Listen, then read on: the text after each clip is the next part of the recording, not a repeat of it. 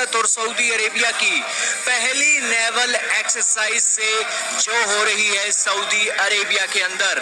ये तस्वीरें साफ बयान कर रही हैं कि भारत का डंका बज चुका है शेखों की धरती पर और भारत एक बार फिर से कदम लहरा रहा है पूरी दुनिया के अंदर सुपर पावर बनने के लिए।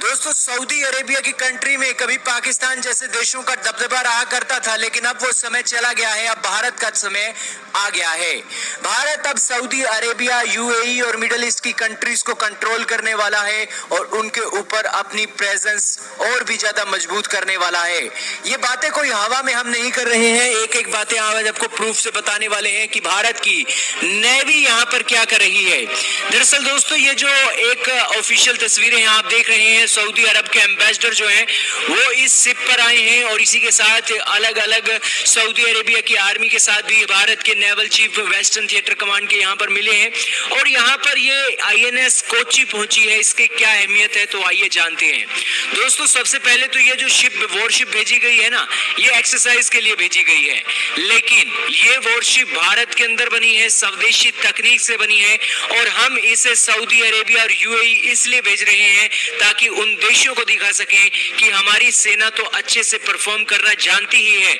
साथ में इस शिप को भारत ने बनाया है। अगर आपको भी कल इस तरीके की शिप्स की जरूरत हो तो आप भारत के ऑप्शन को देख सकते हो। दोस्तों, भारत का लक्ष्य है $5 बिलियन के एक्सपोर्ट का डिफेंस के और उस कड़ी में ये भारत का महत्वपूर्ण कदम है। आपको पता है शेखों को कुछ नहीं आता है, इनके पास बस पैसा है, अपने बाप दादा की जायदाद है और पैसा बहुत है।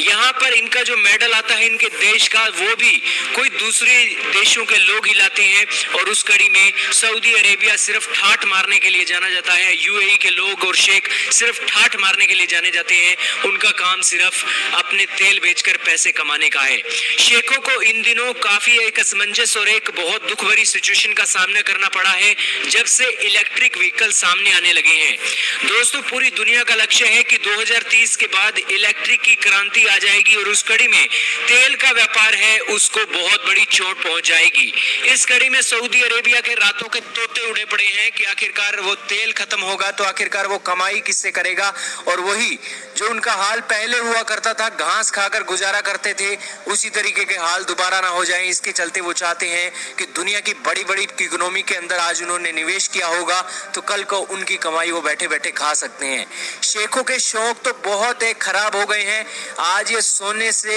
एक कोटिंग करवाकर अपनी गाड़ियों के ऊपर घूमते हैं और यही इनके महंगे महंगे शौक आज इन्हें अपने देश के प्रति चिंता पैदा करने की और सोच विचार करवा रहे हैं। यही कारण है कि शेखों का प्लान है कि किसी ऐसे देश को चुना जाए जिसके देश के अंदर इन्वेस्टमेंट भी सिक्योर हो और उसी के चलते वो पूरी दुनिया में शांति प्रिय देश भी हो और वो अच्छे खासे हथियार भी बना लेता हो। आज सऊदी अरेबिया और यूएई जैसे देशों ने चाइना के हथियारों का इस्तेमाल कर करके अपने पैसों को एक डस्टबिन में डालने का काम किया है और अब भारत का ऑप्शन उन्हें देखने लगा है तो